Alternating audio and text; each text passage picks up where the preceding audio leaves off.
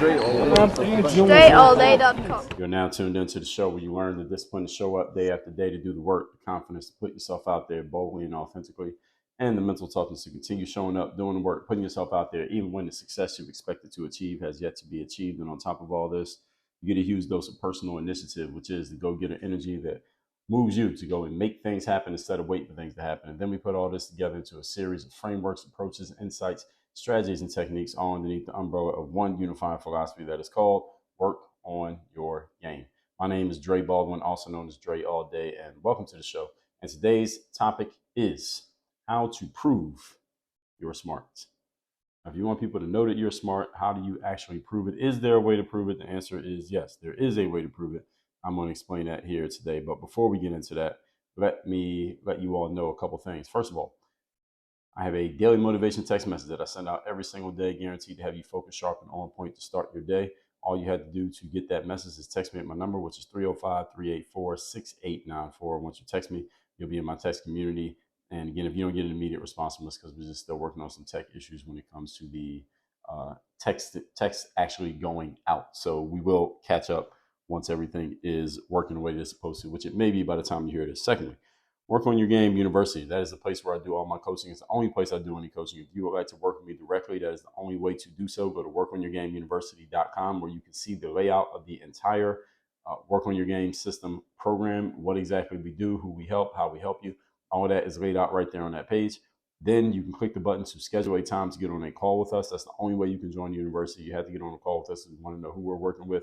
You need to know that we can help you and that you'd be a good fit for what we're doing. So you can click that button right there on that page and schedule a time to get on a call with us, and we will take it from there. Again, workonyourgameuniversity.com. That out the way. Let's get into this topic. So first of all, I got to tell you a story of where this subject is coming from, because there's something that specifically happened that led to me talking about this. I was on X, which is the only app, the social media app in which I will engage with people in comments and back and forths. And I will even talk to people who I don't even know. It could be a person who I don't even know is a real person. I may be engaging with a bot, you never even know. But I will engage with people on X. And there was someone who was somehow the concept of transsexual people was the subject that me and another person got into a back and forth, I guess you could say, debate through comments to each other.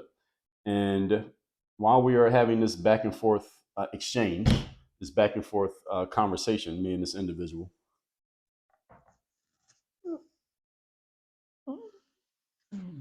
this back and forth exchange, me and this individual, this person says, "Hey, why don't you come on? Would you care to defend your points in a public space?" And I guess he's probably thinking that I wouldn't want to. I said, "Sure, I would gladly defend my points in a public space." So this person invited me to come on a Twitter Spaces, or X, I guess it's called X Spaces now, which is basically like a live audio platform where you can have a live conversation with people through X, and you can just hear people, but you can't see them. So it's kind of like live radio, I guess, is how I would describe it. So this person who I was having this back and forth conversation with, he invites me on. Well, he reached out to a few of his friends. So he tagged a bunch of his friends in a post and said, "Hey, this guy said he would come on." So I figured I'm going to be talking to this one person I've been going back and forth with. But I get into the Twitter space, and he's not even, this person I was talking to in the comments, he's not even on the stage. He's not even engaged in the conversation. He has me talking to this other guy who is a alleged doctor, and he was asking me. Basically, the conversation didn't go too long. Long story short, this whole thing lasted about 5 minutes, because what happened is a mistake that I will own up to. Is that this gentleman who I ended up talking to, I guess he was like their like head debater guy. And I guess he's the defender of the trans movement, whatever you call trans thing. I am not a believer in it. I believe there are two genders, male and female. There's man and woman, and that's it. There is no spectrum. There's no fluidity, and there is no in between. That's where I stand on it. That God created that. So anyway, we get into this conversation. The guy basically had control of the microphones, the guy who I was talking to. So I was a speaker on the stage, but I was not a host of the space, which meant I did not control who could speak and when. In other words, the host had control over the mics, which means he could mute somebody and stop them from speaking whenever he wanted to. But this is the guy that I'm supposed to be debating with. So if you're not getting the gist of what I'm saying here is, kind of can't be in a debate with somebody if they can control when you can speak, but you can't control when they can speak. So the reason this whole thing only lasted about 5 minutes is because it starts and the host, it was two hosts. One host was a guy who was relatively quiet. He wasn't saying anything. He asked me, Dre, what is it that you want to say? So I explained everything I just told you all, that, hey, I was having this back and forth with this other person who was not involved in this live audio conversation. And I was saying to him that people who are born male, i.e., they're born with a penis, should not be participating in women's sports. That was my point. And he said, would you come on here and defend it in a public space? And I said I would. And here I am, but I don't even see that guy. I see y'all here. So what are we doing? So then the other host, this is the one who I was supposed to be debating with, he comes into the conversation and he starts talking about gender versus sex. And anybody who doesn't understand the difference between gender and sex can't debate on this topic, which is a red herring. That's a fallacy, because he's shifting the goalposts, saying, well, you got to be able to talk about these things and never talk about these things. And that's absolutely not true. But again, this is what a person like him, again, he's an academic, and this is what academics do. We're going to get into that here in this episode, and I'll explain exactly what they do and why they do what they do, because I understand I understand these people pretty well, to where I can explain to you exactly what they do. Some of you who are listening to this, if I happen to be describing you, hey, don't be mad at me. Don't shoot the messenger. And if any of you happen to know these people who I'm going to describe, then you let me know that I've described them well. So anyway, the reason that this didn't last long is because this guy had control over the mic. So when I'm saying what I'm saying, he jumps in and says, well, no, that's wrong because, and he starts going into his gist and saying what he's saying. I'm like, wait a minute, you're interrupting me. I didn't get finished saying what I'm saying. Y'all invited me here to talk. And then what he does, he starts using his control over the mic. So he muted me while I was talking. So he kept talking. And then I came on and I said, listen, y'all invited me on here to debate on this subject. I don't know y'all. It looked like they had a little community where they do this all the time. I don't know anything about these people, never heard of them ever before this day that this happened. And I said to the host, the doctor guy, allegedly a doctor, I said to him, listen, if you mute me again while I'm speaking, I'm going to exit and y'all can go ahead and have this conversation with yourselves. But you're not going to invite me somewhere to talk to you in alleged debate. And then as soon as I start saying things that you don't agree with, you're shutting my mic off, but I don't have the power to shut your mic off. Like, that's just not a fair fight. And it's their platform. So again, that's why I say I take ownership of the fact that I walked into this not knowing that they were going to do it that way. I would never go put myself in that situation again, because I'm not going to be able to make my points. Because as soon as I make a point that the person disagrees with, if they're the one I'm debating with and they control the mic, they can just shut me out. So anyway, I told him that if you mute me again, I'm leaving. And then within like 30 seconds, I'm talking, he muted me again. And I just left, and that was the end of the conversation. So all of that, this 2 to 5 minute engagement, led to what I'm going to talk about here in this episode, because it was a microcosm of a bigger point that I'm going to make here today. So it got me thinking about people like these individuals who I was talking to. And it got me thinking, why do they do this? Because see, it'd be one thing about this guy on here, I just told you, well, that guy's an idiot, he's a dummy, he's an asshole, he's a fool, he's stupid. He doesn't know anything. Don't listen to anything he ever has to say, which I would bet. I didn't hear the rest of the conversation. I don't know. I would bet that after I left, he probably said those things about me, right? But I'm not going to say those things about him. What I'm going to do is what I always do. This is a thought experiment for me. This is the reason why I get on apps like X and I engage with people who might have 15 followers, but they made some point that I think that they think is actually a good point. I'm willing to engage with them because it helps me understand why people think how they think. And the more people talk, the more they reveal their thought patterns. And I want to know people's thought patterns because it helps me to understand how people are, why people are how they are. And I've always been into human psychology.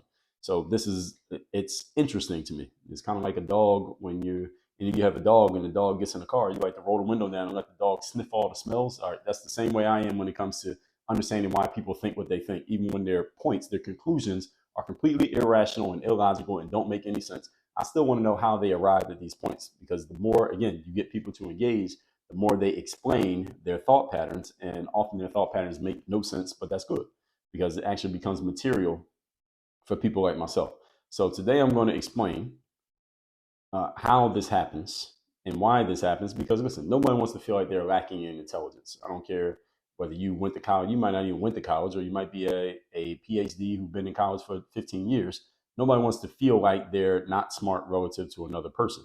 And most people who are reasonably accomplished in life at whatever level, whether you have a normal 4-year degree, somebody like me, or you got an advanced degree, or maybe you didn't even go to school, but you have accomplishments in your life, most people usually think that they're smart. So today I'm going to explain to you how to know for sure and how you can display to others that you are actually smart without having to stoop to, what's the best word that I can use here? Without having to stoop to cheap tactics in the process. Let's just call it that. Let's just call it cheap. But let me get into my points you'll better understand. Point number one. Today's topic, once again, is how to prove that you're smart. Number one, truly smart people simplify ideas and communication. This is the number one way you know you're talking to someone who is truly intelligent. I'm using smart and intelligent in the same context here. I'm using them to mean the same thing. A truly smart person simplifies ideas, and they are simplified in their communication. They simplify things when they communicate it to you. Now, this may come off as an extremely self-serving point, but I'm going to say this point anyway. Not what I just said, but what I'm about to say, because I believe this to be true. This skill is one of my superpowers. Again, I told you it was going to sound self-serving, but I still believe it to be true. Whether you think it's self-serving or not, I believe it to be true. That one of my superpowers is my ability to simplify concepts and to communicate them in a simple way to which anyone can understand them, even if you know nothing of the subject. That's what an intelligent, a really smart person can do. They can take something that you know nothing about and they know everything about, and they can explain it to you in a simple way that you will understand, and then you'll get exactly what they're talking about, even though you have zero experience in that space and they have all the experience in that space. I was talking to, well, I do a lot of interviews on other people's platforms these days. Most of the interviews that I do, I'm talking to people who are not from the sports world. But usually on every show that I'm on, because I'm not some world famous person, almost every time I'm on somebody's show, I get asked, well, the first question is, who are you? Where do you come from? How did you become the person that you are? And in answering that question, I often will bring up my basketball background because that's a big part of who I am. And when I explain to people how I went from playing at Division III college to playing pro basketball, I explain this concept of going to these events called exposure camps, which are like job fairs for athletes. And you pay to go to these events and you got to play really well. And there's a bunch of people who all think they can play pro and you got to outshine them. And it's a high pressure environment because this is your only chance to make it pro. And I explain how I went through that process. And I explain how I took the footage and the scouting report from that and went and got me an agent. I explain how the agent signed me and how the agent went and got me my first deal overseas and how the overseas world works and how things were happening. And then they got on YouTube at the same time, and then not having a job playing pro ball. And I started building up my brand online, which we now call personal brand, and all that stuff, and selling things online, and how it led to me talking about mindset and weekly motivation videos and how that was the bridge between the athletes and the entrepreneurs, and how now I do talking to entrepreneurs and professionals almost exclusively, how all of that happened. When I break all of that down, I'm talking about a lot of things that many of the hosts whose shows I appear on know nothing about. They don't know anything about the professional basketball world, especially when it comes to overseas basketball. A lot of people who watch basketball don't know anything about the overseas basketball world, especially like when you talk about exposure camps and contracts and all of these things. People don't know anything about these things. But it was a big part of how I became who I became. So I need to include it in my story, but at the same time, I'm talking to people who know nothing about it. So how do I do that? I have to have the ability to simplify it and make it easily understandable and bite-sized for a bunch of people who know nothing and don't really care to know anything about the basketball world. But to better understand me, you must understand this part of my background. That's a skill. That's a communication skill. And any of you who's an expert at whatever it is that you do, you must be able to break it down and simplify it so that a fifth grader could understand you. That's your litmus test, fifth grader. Not somebody your same age, not somebody with your experience who maybe is just not as good as you, a fifth grader. Can you explain this to a 10-year-old? And can they understand it? So as I said, this may sound self-serving, but this is one of my superpowers, my ability to break complex things down into simple terms, or relatively complex. Might not be complex for everyone, but it's complex for someone. So this superpower that I'm saying is not that I'm a smart person. It's my ability to simplify things to easily understandable points that you don't have to be smart to understand where I'm coming from. That's the skill. That people don't have to be smart to understand you. If people need to be really smart to understand what you're saying, you ain't that smart. Let me say that again. If someone has to be really smart to understand what you are saying, you are not that smart. When you are really smart, people don't have to be smart at all. They can have very little intelligence. They can have an 8th grade education. They can understand exactly what you're talking about because you are able to simplify and make it easy to understand. That's what smart people do. That's what intelligent people do. So this is what I've been doing for almost 3,000 days in a row, right here on the show. And I've been doing it for 2 decades online.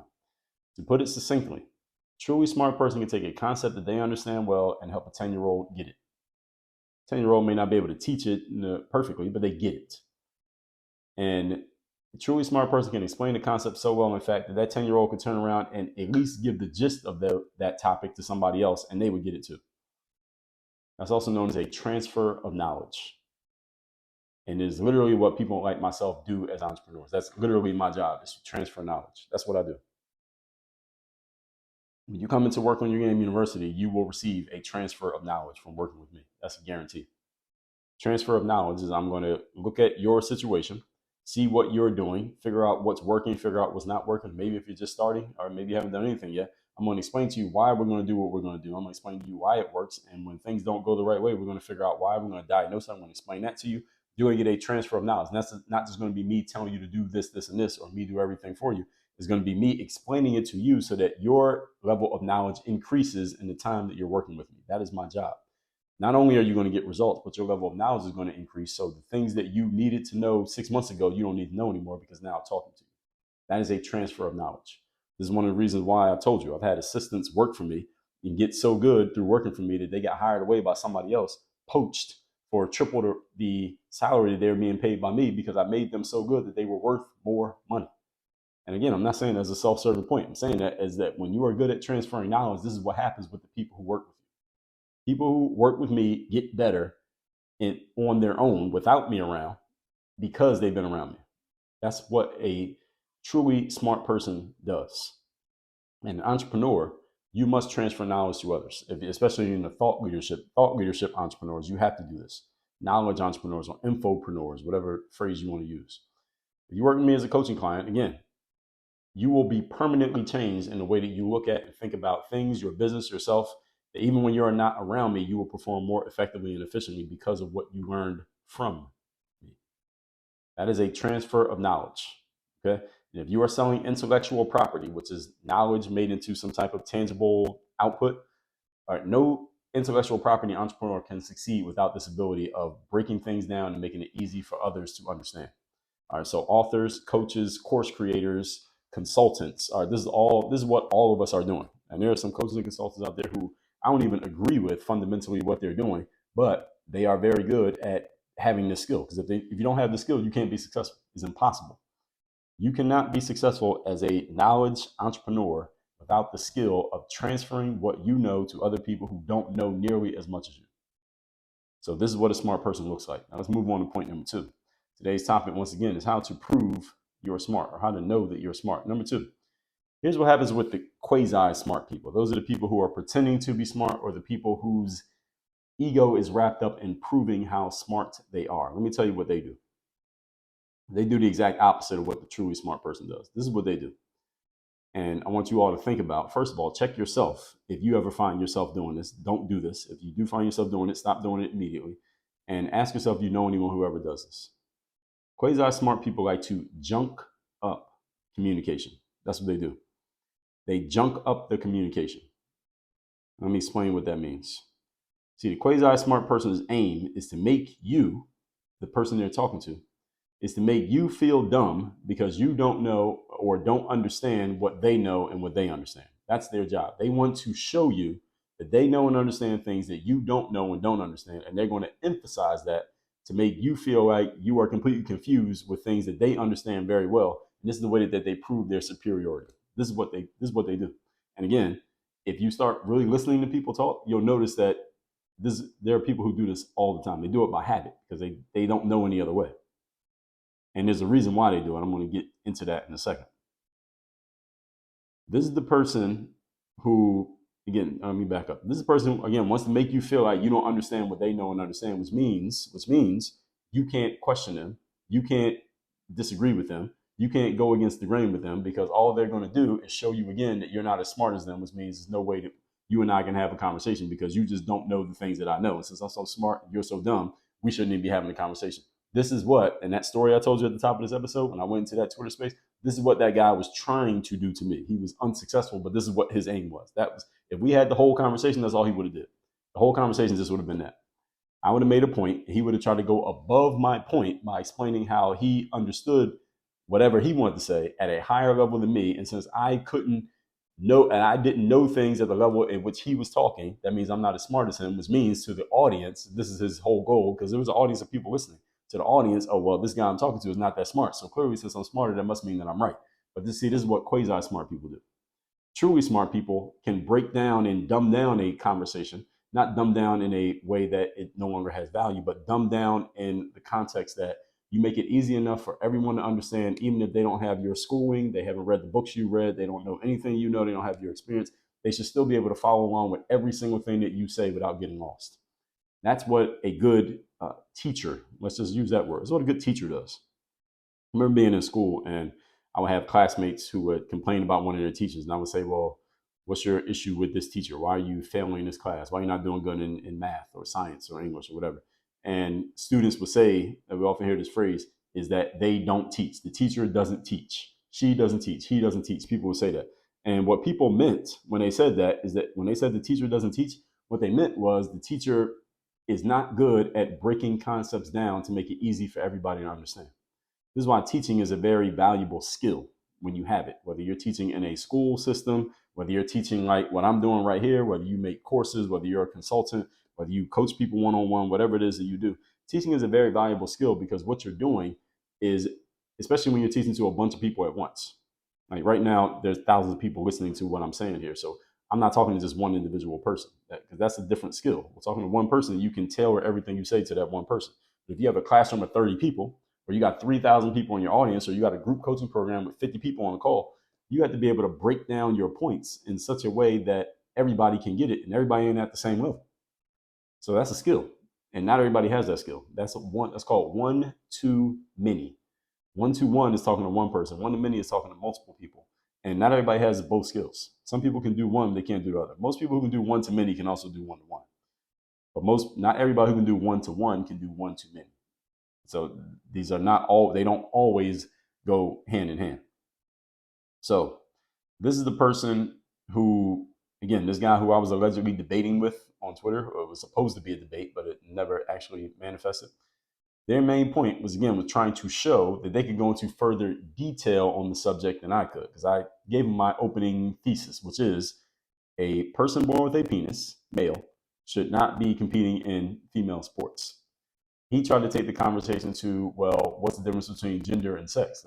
I said that has nothing to do with what I'm saying. And whether I laid that out or got into that conversation with him has nothing to do with the actual point. But then he went on a little rant and he said, well, gender exists on a spectrum and it's a social construct and all of these things. That has nothing to do with a person born with a penis not competing in sports. Now, it appeared we were about to be having two different conversations anyway, so the debate probably wouldn't have even been worth it. But the fact that he tried to go, let me get into the details of this in ways that not everybody understands is proof of what I'm trying to get across to you here. Hopefully y'all are getting this point. He wanted to show he could go further into detail on the subject. Again, the detail was not the topic.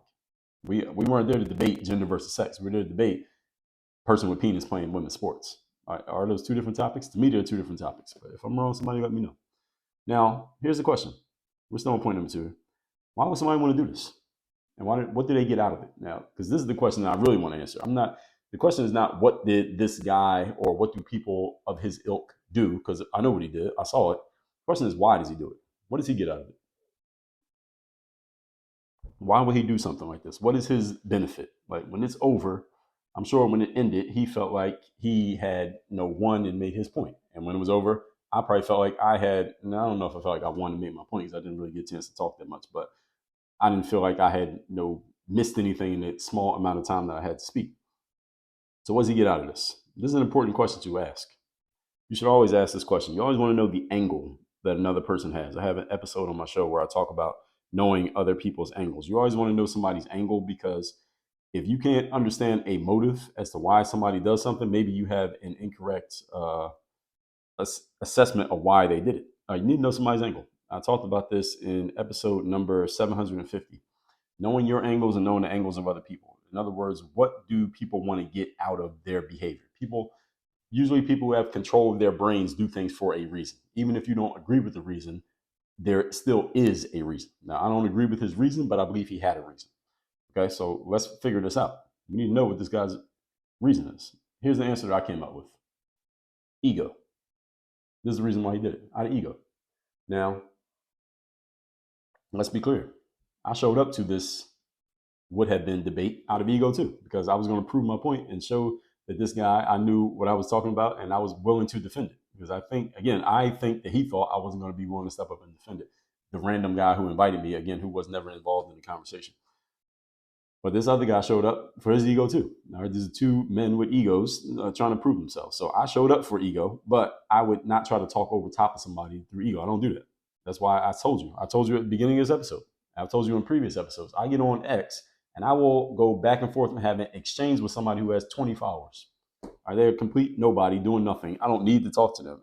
In terms of status and credibility or whatever words you want to use that make somebody in the world today, I have conversations with people who, compared to what I have accomplished, I could call them nobodies. I don't call them that, but I could. But I exchange with them anyway, because I'm not trying to prove my superiority to people. I just want to know what your point is. I'm going to let you know what my point is and logically show me why you're saying what you're saying. That's why I engage with people, because I want to figure it out. So this guy, back to what I'm saying here, ego is the reason. See, people who junk up communication in order to prove how smart they are, they're usually amongst, here's where you find them.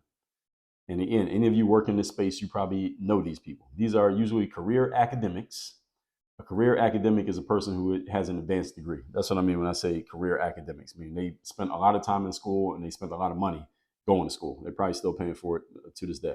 Career academics, these are people who become professors. Usually to be a professor, you need an advanced degree to even be eligible for the job. You often find some people who work in medicine, people who work in scientists, whatever that means. You got a lot of scientists these days. I'm not saying all of these people, but I'm saying when you do find them, they usually come from these spaces. So if you happen to be in one of these spaces, I have coaching clients who are in these spaces, so I'm not saying all of you. I'm saying usually when you find these people who try to junk up communication by showing you how smart they are and how smart you're not, which means you should listen to everything that they say, this is exactly what they're trying to do. They're doing it because of ego. And I'm going to explain why this is ego, because that's too simple of an answer to just say ego. They're doing it because of ego. That's too simple of an answer. I'm going to go deeper and explain to you where this ego piece is coming from. And that's where this is really going to make sense to you. Let me finish. Now, what do these people have in common?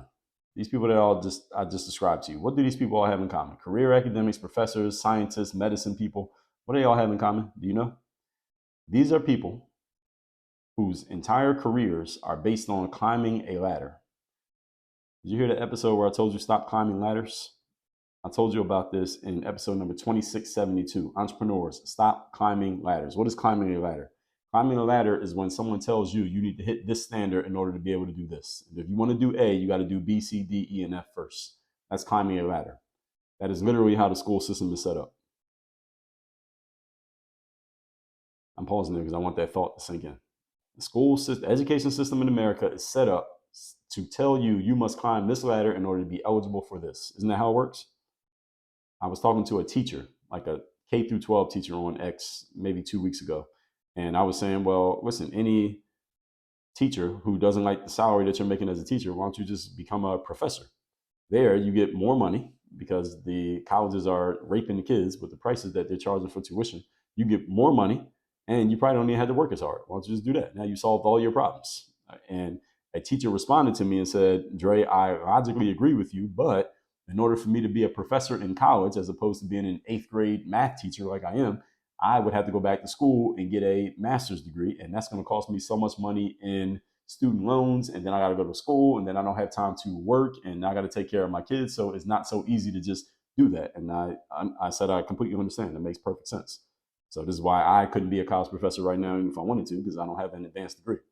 But to get that advanced degree, you got to go to school first. You got to pick up the student loan bill. You got to take all that extra time to go to school, and you're getting an advanced degree, which means it ain't as easy as the 4-year degree, which means you might not even be able to work during that time period. So it's a lot that goes into it. It's a whole cycle. And that stuff costs money. Any of you who have an advanced degree, you know what I'm talking about. So here's what I'm saying. These people who I just described, their whole careers are based on the fact that they have successfully climbed the education ladder. They climbed it successfully. They didn't fall off the ladder. They climbed it and they made it. They made it somewhere. They got their master's, they got a PhD, they got a law degree, they got I don't know what else you can get. Whatever they got. They got some degree after a regular 4-year degree, right? And in the process, they accumulated mountains of student loan debt to get it because everything has a trade-off, right? So they had to find a way. Think about this. Really think about this. These people, through all these years, let's say they might be 30 years old by the time they finish school. They go straight through. They might be 30. Let's say they took a little gap, have kids, or work a couple years, build up some money or something like that, live life. They might be 30, 35, 40 years old by the time they finally get out of school and then go get the position that they did all that school in order to get. Think about that. Many of you listen to this. You started your career when you were 18, 22, 25, 24. These people can't start a career at that age because they're still in school. Again, you might be 30, 35, 40 years old before you even start your career. And all the time before that, all you were doing was going to school just to get this career. Now you finally got it. Okay, you got this career. You got your advanced degree. Now you're a doctor. Now you're a scientist. Now you're a professor. Now you're a fill in the blank, whatever it is you can become when you get this advanced degree. All right, now you got it. Now what? And now you got all that student loan debt you got to pay back, right? So you got a job that pays pretty well, but a proportion of your check got to go towards paying down that debt. It's going to take you a while to do. Okay, all good. That's the trade-off that you decided to make. Fine. Now, what does this person have to do? Because every human has an ego. Can we agree? Every human has an ego. Some bigger than others, some more in touch with theirs than others, but everyone has it. So this person now has to find a way to make all of that investment that they've made, the time, the money, the attention, the energy, and the focus. They got to make that investment make sense. That investment has to make sense to them. All right, I did all these years of school, all this debt. Now I finally got this job. Okay, now I got to make this make sense to myself, and I got to make it make sense to everybody else who didn't go this route. So imagine someone who spent their entire life climbing the educational ladder, and they got their advanced degrees. They're 35, 30, 40 years old. They finally got their position. They've been in their position for a couple of years, and they state some position that they, not position like a job, but they state some idea that they hold. And then here comes me, entrepreneur with a 4-year, my little shitty 4-year degree, no advanced degree ambitions whatsoever. I'm an entrepreneur. I don't work in the education world. I don't climb any ladders. I haven't climbed any ladders. They climbed a bunch of ladders and got to the top of them successfully. Here I come along questioning their expertise. How do you think they're going to respond to somebody like me? Let me take a sip of water while you think about that. Now, here's what I think. This is just my theory, and you could offer your own. Here's what I think. I think people like this guy who I was, again, set to debate, but we didn't get a chance to debate. I think he's looking at me like, yo, who the fuck are you? With your little 4-year degree, your entrepreneurial business, whatever it is that you're doing, who are you to come and question me who has spent, I got a 4-year degree, then I went and got something else, then I went and got something else, and I got all this debt, and I've climbed all these ladders to finally get to this position to where I can speak as an authority on the subject. And now you, who has not climbed any of the ladders that I've climbed, are going to question me? No way am I letting that happen. This is what I'm thinking is in the mind of people like this guy. Now, again, I don't believe I'm projecting because I don't talk to people like that. I never talk to anyone like that. And I never, ever, ever hold my college degree up as a shield for any point that I've ever made. Actually, as a matter of fact, I hold it up as a point of I make a joke about the fact that I have a college degree because nothing that I got from college is helping me run my business. So I never do that. I never try to hold up, well, I'm smarter than you. So that's why my point is right and your point is wrong. I always am the type of person, I've always told this to you all who listen to the show, that your point should be strong enough that you don't even need to bring up who you are as a person. I only bring it up if it helps add some proof to the statement that you're making. For example, the other day, I was talking to some guy, the conversation was basketball. We were talking on X. And he was explaining how, well, people who used to play basketball have a better understanding of this, this, and this. And he was trying to say that, but I knew this guy was not a basketball player. And I said to him, dude, you don't even know what you're talking about. I am a basketball player, and what you just said is not true. You don't know what you're talking about. And so I brought up the fact that I was a basketball player, but not as a way to put him down, but as a way to help him understand that the point that he was asserting was absolutely wrong. And he was trying to tell me what basketball players understand and what they do when he's not a basketball player. And he clearly didn't know what he was talking about. And I said that exactly to him. He tried to say, well, you're attacking me personally. I said, no, I'm not attacking you. I'm attacking your point, because your point doesn't make sense because you clearly don't know what you're talking about. And I told him why he didn't know what he was talking about. And that's pretty much where the conversation fizzled out. The whole point being, I never use my credentials to tell someone, shut up, don't say anything to me. My credentials don't matter if my point is strong enough. Let me say that again for all of you listening. Your credentials don't matter when your point is strong enough. You never need to use your credentials if you have a good enough point. So I don't have to tell you that if I make a point about how to have a podcast, I don't have to tell you that I got a podcast with over 7 million all-time listeners in order for you to listen to my point. Because my point should be strong enough, I don't have to bring that up. Now, if you ask, I'll tell you. I don't need to use that as a defense mechanism on my point, or something about entrepreneurship to defend a point that I make about entrepreneurship, because I can explain the point well enough that even if you take my name off it, the point still stands. That's what a truly smart person can do. They don't have to tell you who they are in order for you to believe what is said, because what is said stands on its own 2 feet. That's how you make a point. So any of you who's ever been on a debate team or something, I'm sure this is one of the things that they teach. So for outsiders who didn't go this route of climbing all these educational ladders to these educational people, right, they're looking at everybody else like, okay, I can't let this person get one up on me on this thing. This is the one thing that my whole life has been based around. Proving how smart I am, proving how much I know. All the books that I read, all the tests that I took, all the tests that I passed, all the ladders that I climbed. Now you're going to question my intellect? No way can I let that happen. So this becomes an ego battle. This is not a battle of point versus point. This is a battle of ego versus the whatever point. That's what this is. So these people's egos are wrapped up in the accumulation of their education, their certifications, and their degrees. And they need a way to show everybody else in the world. They have to show us peons who have not climbed the ladder. They got to show us that they are smarter than we are, that they are successful at climbing ladders. And because of that, because the ladder that they climbed is an educational ladder. So they didn't climb an athletic ladder or a business ladder or a making money ladder. They climbed an educational ladder. So an education is about, right, is allegedly, ostensibly is about how smart you are, right? It's about how much knowledge you have accumulated. So a person who's climbed an educational ladder has to prove that they have more knowledge than people who have not climbed the ladder. Doesn't that just make sense?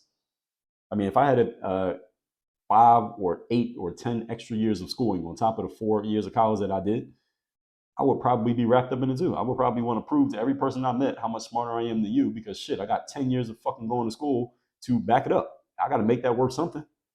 If I don't, then what did I do it for? Now I feel like an asshole. I just did 10 extra years of school, or 5 extra years, or 2 extra years, and I got all this debt I got to pay back, and I'm just going to throw it away and not use it. That takes that's a tough one. That's a tough pill to swallow if somebody's going to do that. I know there are people who have done it. Maybe some of you listening have done it. That's a tough pill to swallow. And this is why many academics, they respond the way that they do. And it's interesting. I'm saying this not just off of this one guy, because I've talked to more than one academic.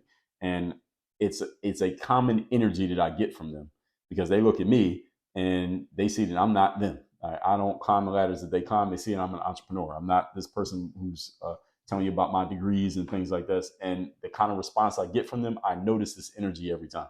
That's why I'm bringing this up. So this one guy is just a frame, but I'm not basing this all just on this one experience. Because again, it was only 5 minutes. But this is an ego play for these people. It's a shield for their insecurities about how they've chosen to spend their lives.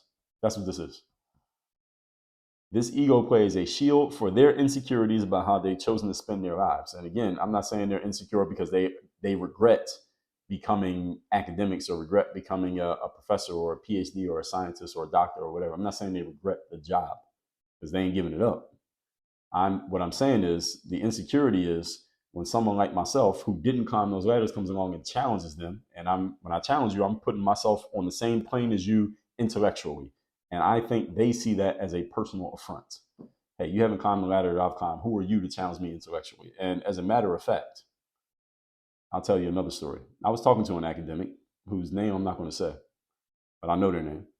I remember I was talking to this academic and they said, this is what they said. They said, I get people questioning me about something that I wrote or something that I said or something that I affirmed. This is what the academic was saying to me. This is a person with advanced degrees and student loan debt and years of going to school and all. The person I just described, this is one of these people.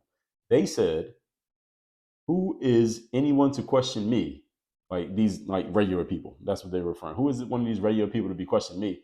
I'm a fucking college professor. This is what this person said out of their mouth.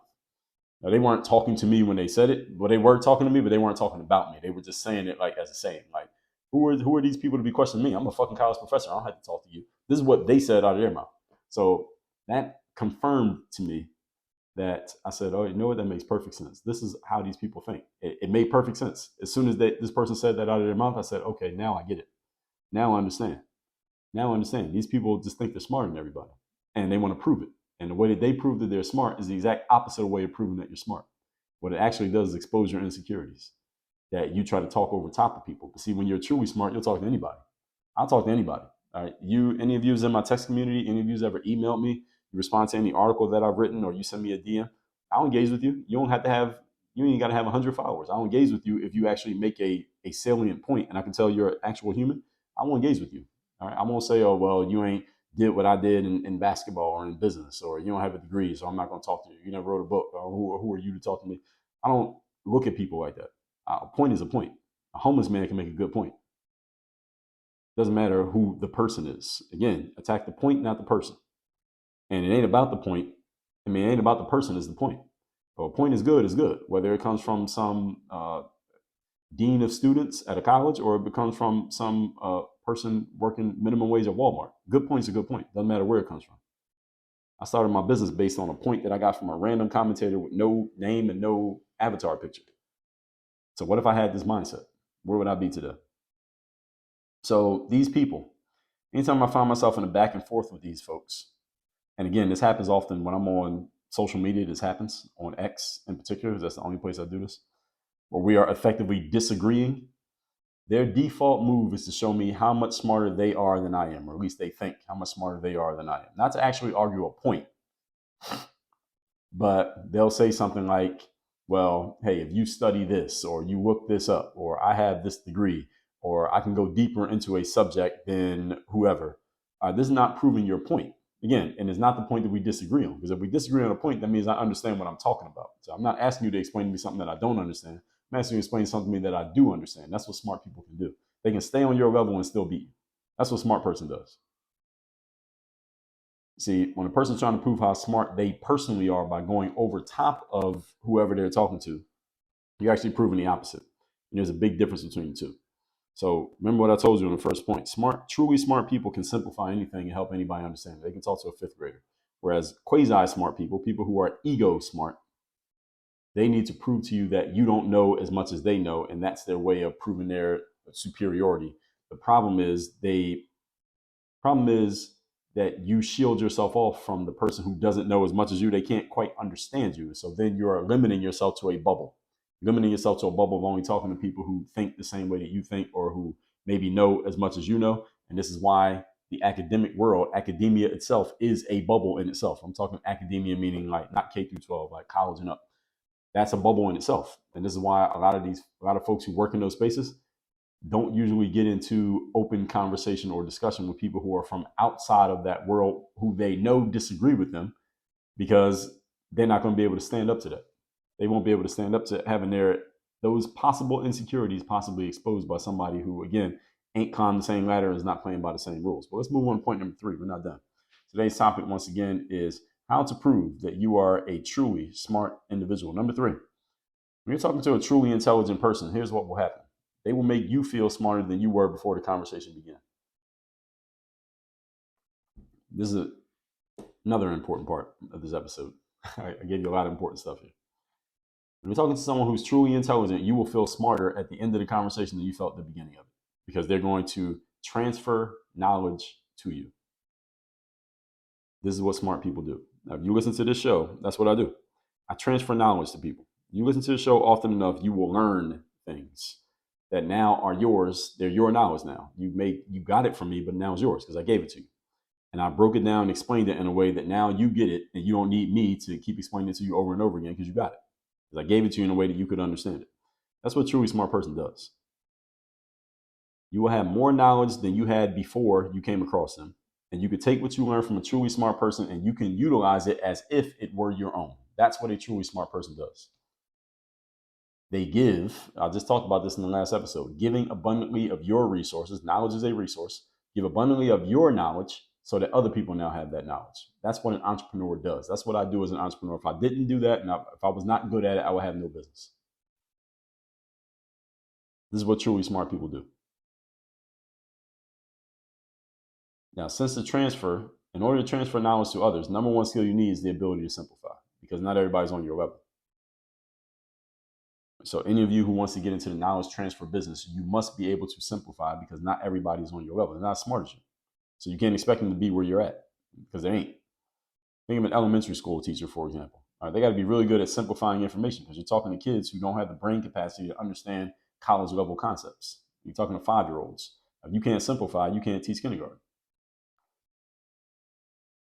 You have to simplify things to get them across to your audience. This is why, if any of you have ever read about political campaigns and the speeches that politicians give, especially when they're campaigning, the winners of political campaigns are usually people whose campaign messages are as simple as possible. In other words, you want to win president of the United States, your speeches need to be understood at a second grade reading level. That's not hyperbole. If you want to win president of the United States, your campaign speeches need to be understood at a second grade reading level. Yes, that's a real thing. Second grade reading level. Now, why would you need to speak second grade when everybody who votes has to be at least age 18, Dre? Well, you are overestimating the intelligence of the average person. Understand, about half of America votes. We got about 330 million people. That's 150 million people. You think all of them have college level understanding of language? They do not. And you need votes from everybody. So you need to be as simple as possible so that you can reach as many people as possible with your message on a level in which they can understand it, so that they can understand you, like you, and vote for you, because that's the game that you're in. When Donald Trump won the election in 2016, his speeches were on a second grade reading level, meaning if you transcribe them, a second grader could understand what he was saying. If you go above that, you're on a 5th grade or a 7th grade reading level, you are alienating a large percentage of the audience, because they don't have the intellect to understand where you're at. They don't have intellect to follow along with where you're going. Truly smart people understand this, and they work it into everything that they do.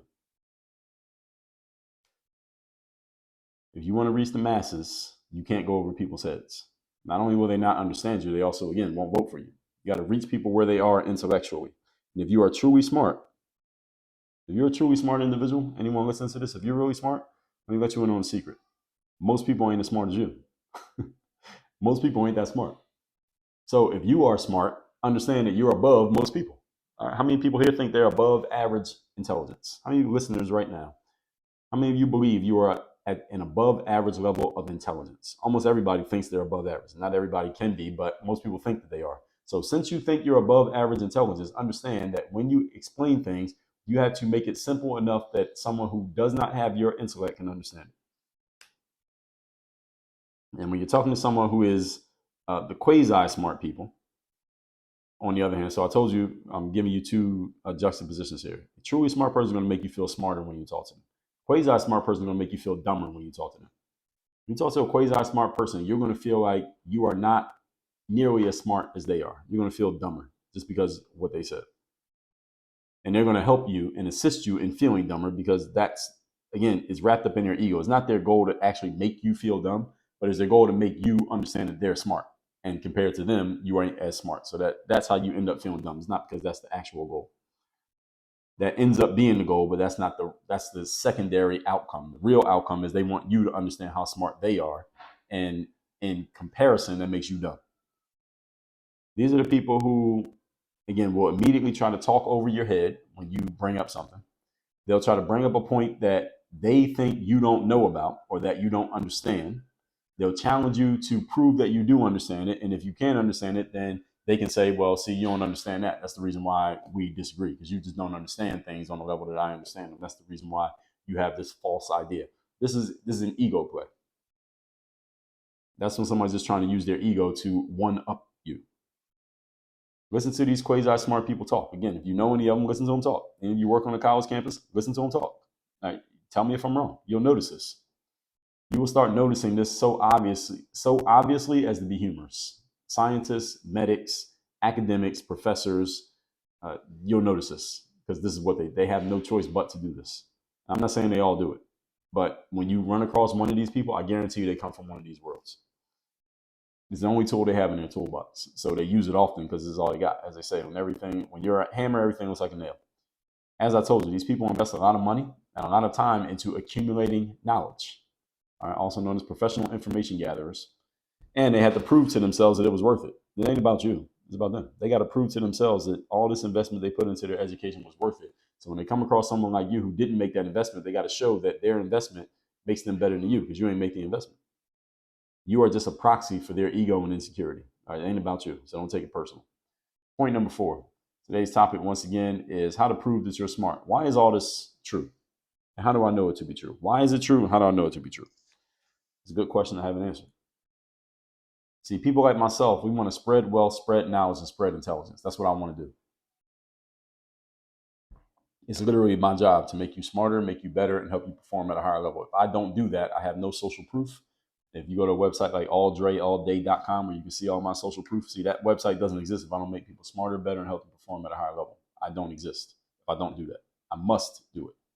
That's why I give away so much of my knowledge for free. All right, you can see that as evidenced by this show, by the content you see me publishing online, by the articles that send to your inbox damn near every day. My job is to make you smarter and better. It wouldn't be wrong for you to say I give out free knowledge for a living. I'll actually accept that. Now, I have paid stuff too, but I give away a lot of stuff for free. Now, the other people on the other side of this conversation, the quasi-smart people, what do they want to do? They want to give away as much knowledge as they can. They want to give it all away for free? No. They don't want to give away knowledge for free. They want to keep their knowledge siloed and only belonging to them. Now, why is this? Again, I can tell you what, but why is more important. Why would they want to do this? Why does a medic or a scientist or an academic or a professor or a career college student want to keep their knowledge siloed and only belonging to them? Why do they do this? Why does somebody like me want to give it all away and give as much knowledge as possible to as many people as possible and empower you intellectually? But the quasi-smart people want to make you feel dumb and intellectually broke. Why do they want to do this? I'm claiming it, but now I got to explain it. Why would they want to do this? Anybody have an idea? I got the answer, but I want to know if you have an idea. Let me tell you the answer. If you come to know everything that this quasi-smart person knows, you come to know everything that a college professor or an academic or a medic or a scientist or a doctor or a lawyer, you come to know everything that they know. Here's my question for you. Who are they now? So this guy I was supposed to debate on X Spaces. If I came to know everything that he knew without doing what he did to get it, i.e., I don't do the extra years of college, don't accumulate the student loan debt, I don't climb the academic ladders, but I come to know everything that he knows without putting the same investment in that he got, what does that make him? That makes him nobody. It makes him an idiot for putting all that investment into learning what he learned, where I got the same information without doing 10% of what he had to do to get it. So now he feels like an idiot. So they're going to do everything in their power to make sure that doesn't happen. That's why you don't see academics giving away their knowledge for free. You don't see them doing stuff like what you see me doing. You don't see them with a show that comes out every day or putting content on social media consistently, giving game or articles to your inbox or 2 physical mailings to your mailbox every month. You don't see that with them because they want to keep their knowledge only belonging to them, because look how much investment they put into getting this quote unquote knowledge. And if you haven't put that same investment in, well, they can't let you catch up. Then again, it makes their investment look like a pretty bad move. It makes them look like a dumb investment. So they got to make sure they maintain this air of superiority above you by not letting you get the knowledge that they have. You got to climb the ladder if you want their knowledge. And how do you climb the ladder? Oh, well, you got to go sit in their classroom on some college campus and let that professor be superior to you. See, this is how the whole system works.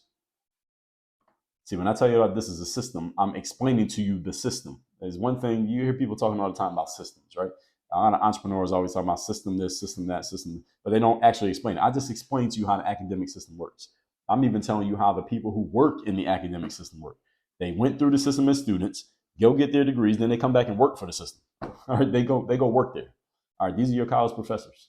These are the professors that are teaching your children right now. Those of you who are in college, these are the professors that taught you when you were in school. They have to do this because, again, if you were to know everything that they knew, or God forbid, know more than they know, then they like a complete fucking asshole because all the time they put into learning, you got it without having to do all that.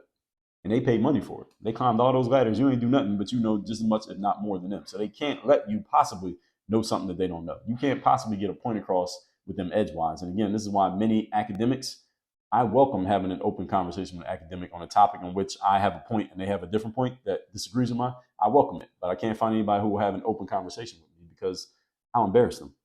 I'm not saying it, I guess that is kind of an ego-driven way, but I'll embarrass one of these people. They won't have open conversations with me because I will call them out on everything I just told you here today. And nobody wants to have all their insecurities exposed to the public. And this is why these people, I can't get any of these people to have open conversation with me. Even this guy who invited me, well, it wasn't him, but I got invited by one of his minions, I guess, his fans, to come have this open conversation. As soon as I start saying something that went off the script that he wanted to go off of, they wouldn't let me speak anymore. You think that was an accident? No, it was not an accident. They knew exactly what they were doing. Because they could tell, all right, this guy, he ain't playing by the rule book. All right, so I guess who that guy will debate? That guy who wouldn't debate me, guess who he will debate? Other academics. Other academics who play in the same lane as him, because those are the people who, they play by the same rules. So at least he knows what kind of game he's getting in. So he's getting in the game with me, I ain't playing by those rules. And I'm not going to be made to play by those rules. That's the good thing about being an entrepreneur. I don't have to follow anybody's rules. I make my own. But see, when you work in that space, those spaces where you climb ladders, well, if you're climbing a ladder, you got to follow somebody's rules. I mean, that's kind of what the ladder is for. They tell you the rules. You got to do this, this, and this to get to the next rung on the ladder. See, I opted out of that game a long time ago. And that's why I had the freedom to do the things that I do and say the things that I say. If you want that same freedom, well, you know what to do. I'll tell you at the end of this episode. So if you come to know everything that these quasi-smart people know, again, who are they now? What is all their educational work now worth? All their student loan debt and all the degrees they got on the wall, what is it worth?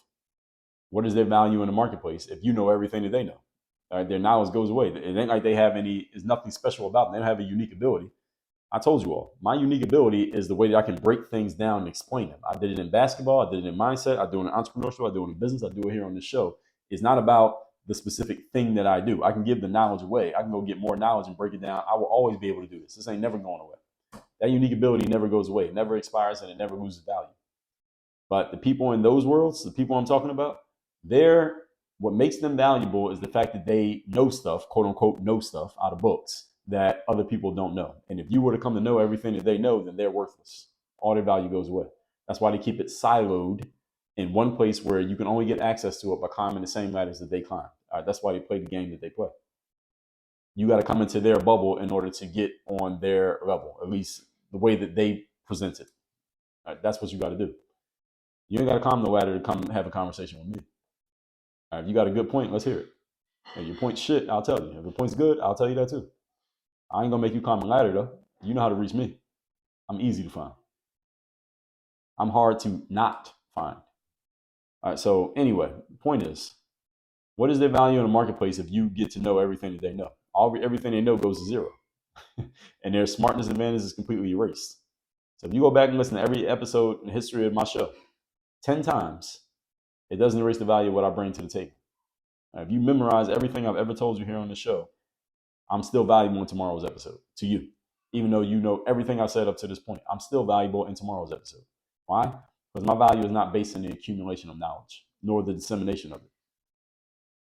It's about dissemination, application, and ability to deploy it in different situations and help others do the same. That's my value. So yes, I can give it out. That's only a piece of what I do. But the application, the ability to deploy it in different situations and help others do the same regardless of your circumstance, that's what I do.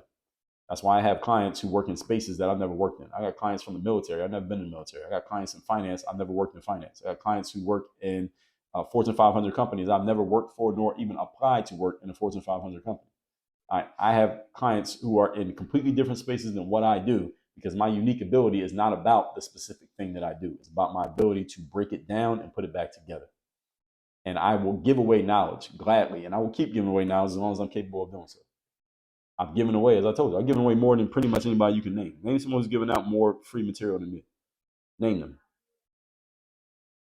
Exactly. Ain't nobody. So me and these folks that I'm describing here, we're playing two different games. So I understand why they do what they do. I don't begrudge them. I'm just helping you all understand them. And this situation, this experience that I had, brought this to the front of my mind. That's why I'm doing this episode. So, how much you know, even if you got it from me, does not lessen nor deplete my value. Because as a matter of fact, if you're a member of Work on Your Game University and you have me as your coach, you will know a whole lot of stuff that I know, because every time we talk, I'm going to teach you new things. Every time we talk, you're going to learn new things. Like if you become a coaching client of mine, let me explain to you something. You're going to bring a pen and paper to every call that we have, because I'm going to be telling you things that you're going to be taking notes on, because you want to remember it and you want to go apply it. I want you to get knowledge. I'm not trying to block you off from it. I will point you towards more knowledge that you can get, whether it came from me or from somebody else, every time we have a conversation. I want you to get smarter. The reason you join Work on Your Game University is not because I'm smarter than you and not because you're smarter than me. This is not a smartness contest. Smartness contest ended when you got out of school. I don't play that game. That's why I'm not in the academic world. That ended a long time ago. All right, if you ain't in school anymore, good. I'm not in a smartness contest with anybody. You come into Work on Your Game University because I have a specific set of skills that you can use to further your business with my direct help. I'm smart in the areas where I need to be smart, but I don't win unless you get better and produce results. If you don't produce results, nobody wins. No matter how smart I or you are. We can both be smart as hell. If ain't no results getting produced, we both lose. Because I don't get a success story out of you and you didn't get a result from working with me. So who won? Nobody. All right, that's why it's a completely different game than what I'm describing with these other folks. So if you're not getting better and producing results, I cannot possibly win. It's impossible, because we are in, what business are we in, folks? You listen to the show enough. What business are we in? A performance and results-based business. This is not a knowledge contest. This is not an intellect contest. This is not a smartness contest. I think I'm pretty knowledgeable. I'm intellectual, and I think I'm pretty smart. But that's not what makes me valuable. Everybody understand this? I think this is the longest episode in the history of the show. Might be.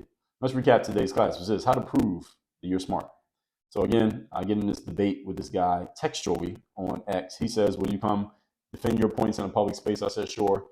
Some other guy invites me into a X space, which is audio conversation, and I'm talking to some other guy who I never knew, don't know who this guy is. The guy I was actually debating with is nowhere to be found. So anyway, the conversation only goes about 5 minutes because this dude kept hitting the mute button on me, wasn't letting me speak. So I left the room. I said, you mute me again, I'm leaving. He muted me again, I left. So the conversation didn't actually go. But this 5-minute experience produced this hour and 5-minute episode, because it got me thinking about this and other experiences I've had with people of his ilk. And I noticed some commonalities, and that led to this episode. Point number 1, truly smart people simplify ideas and communication. In other words, they take things that are complex and they make it easy for anyone to understand, even a 5th grader. Number 2, quasi smart people junk up communication. Their aim is to make you feel dumb because you don't know what they know, and this is the way that they can basically one-up you and have a point over top of you, because that leads me to point number 3. When you're talking to a truly intelligent person, they will make you feel smarter than you were before the conversation began. You will be more knowledgeable because they are giving you knowledge and they're breaking it down in a way that even you, with less knowledge than they maybe, can still understand, adapt, and apply to yourself, even though you don't know what they know, or at least you didn't. Now you know it because they explained it to you. But when you're talking to a quasi-smart individual, they want you to understand how smart they are, not how smart you are. They want you to feel dumber with their help and assistance. That is their goal, because they want to make sure that all that knowledge stays with them. That moves us to point number 4. Why is all this true? People like myself want to spread wealth, spread knowledge, and spread intelligence. As if I don't, you can't succeed, and therefore I make no money, I can't run a business. But those other folks, they want to keep knowledge siloed and only belonging to them. Why? Because they spent years, they got hundreds of $1,000s in student loan debt, and they have climbed so many ladders in order to get to where they are. They have to make that mean something. Therefore, they defend their ego by showing you that you haven't done what they've done, i.e. you don't know what they know, you don't have the intellect that they have, you don't have the knowledge that they've accumulated out of their books, and that's why they're above you. And they have to do that because their ego is tied to it, because they dedicated their whole lives to achieving things in one specific way. Whereas my unique ability is not any one specific thing that I do. I play basketball. We don't talk about basketball here. I'm an entrepreneur, but that's not the reason why you should listen to me. You listen to me because of my unique ability to take a complex concept and break it down and help anyone understand it, even if you have zero prior knowledge of the subject. That is what I do on an expert level, and that's the reason why I run a business. That's the reason why Work on Your Game exists. And that's the reason why you need to be in Work on Your Game University so that you can figure out your unique ability. Because again, it is transferable. Doesn't matter how you do it, where you do it, or what medium you use for it. It will always be valuable and it will always be worth money in whatever format you want to put it out. But you have to know what it is and you have to know how to deploy it. And that is why I have a program that helps people figure this out. So with that out the way, make sure you text me. So you're in my text community. My number is 305-384-6894. Number down below in the description. Secondly, Work on Your Game University. I just told you enough about what we do in Work on Your Game University. If you want to be a truly intelligent person, a truly smart person who you can take someone who knows nothing about what you know, but help them understand it in a way that they can apply it into their world and they can use it. Because again, many people who are in my space and Work on Your Game University, there are very few people who come through Work on Your Game University who followed the same career path as me. We went from playing a professional sport to being a full-time entrepreneur. Very few people in Work on Your Game University fit that description. So how do I have all these people from all these different worlds in which I've never worked in, but they are members of my university and are getting results? Because I have a unique ability and I know what it is, I know how it works, I know how to use it. I will show you how to do the same thing for yourself. It does not need to be like mine. That is my job. If I don't do that job well, nobody wins. WorkOnYourGameUniversity.com. Work on your game. Dre, all